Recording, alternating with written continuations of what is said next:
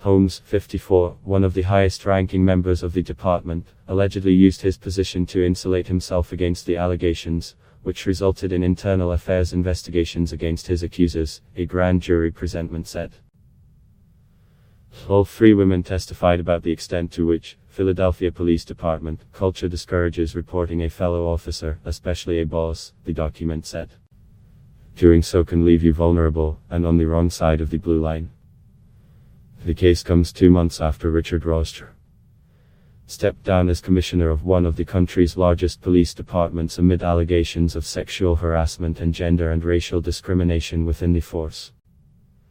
Holmes was arrested Thursday after a grand jury recommended criminal charges that included aggravated indecent assault, attempted involuntary deviate sexual intercourse and other sex offenses, the department said in a statement.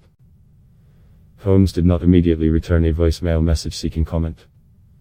It's unclear if he has an attorney. Roosevelt Len Poplar, a vice president of the Philadelphia Fraternal Order of Police Lodge No. 5, told CNN that the union is not representing Holmes. Poplar declined further comment. He was jailed and then released Friday after 10% of his dollar bail was posted, according to CNN affiliate Duvie. He was ordered not to have contact with the victims, Duvie reported. Acting Commissioner Christine Coulter, who replaced Ross, called the allegations against Holmes sickening, Duvie reported. Holmes, who rose through the ranks after being hired in March 1990, has been suspended for 30 days, with intent to dismiss, police said.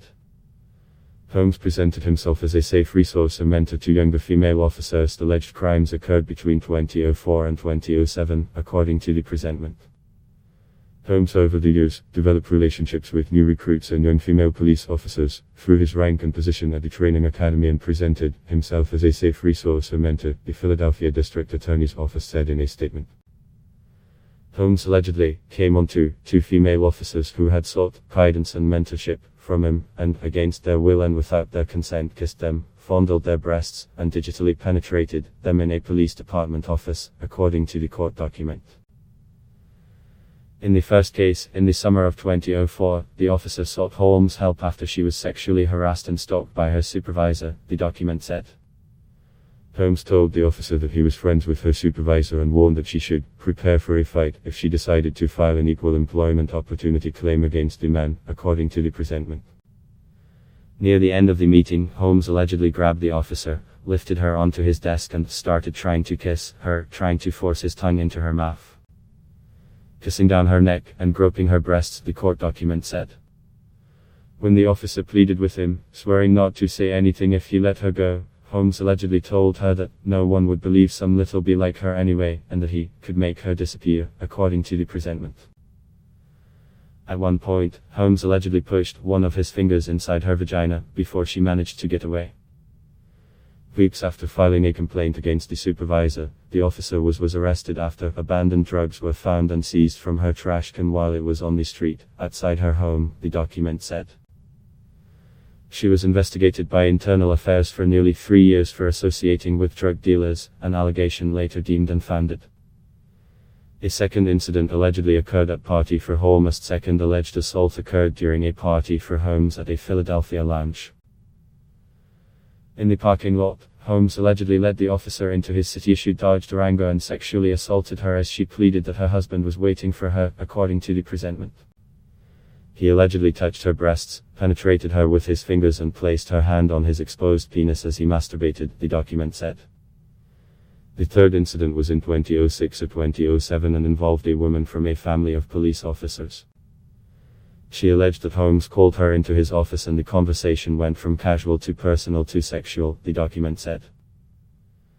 After pushing himself against her, Holmes allegedly stuck his hands down her pants and inserted his finger into her vagina, according to the presentment. The officer eventually settled a lawsuit against the city, the department and Holmes, the presentment said. She resigned as a condition of the settlement. The allegations, with similar details shared by 3 women who did not know one another at the time of the assaults, exemplify a toxic and sexually overt work environment for women officers, the document said. Mayor Jim Kenney said in August that the city had implemented reforms to prevent workplace discrimination and harassment. While rolling out a new policy understandably takes time, I do not believe the police department has taken the necessary actions to address the underlying cultural issues that too often negatively impact women, especially women of color, he said. I will be enlisting the help of an independent firm to investigate the recent allegations and to make recommendations to overcome some of the discrimination and harassment within the department. Philadelphia has the nation's fourth largest police department, with more than sworn members. Ross, the city and others were named in a lawsuit filed in August by two female Philadelphia officers. One plaintiff's P.A.P.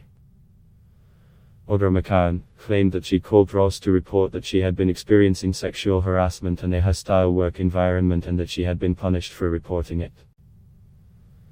The lawsuit claimed Ross declined to act on the allegation.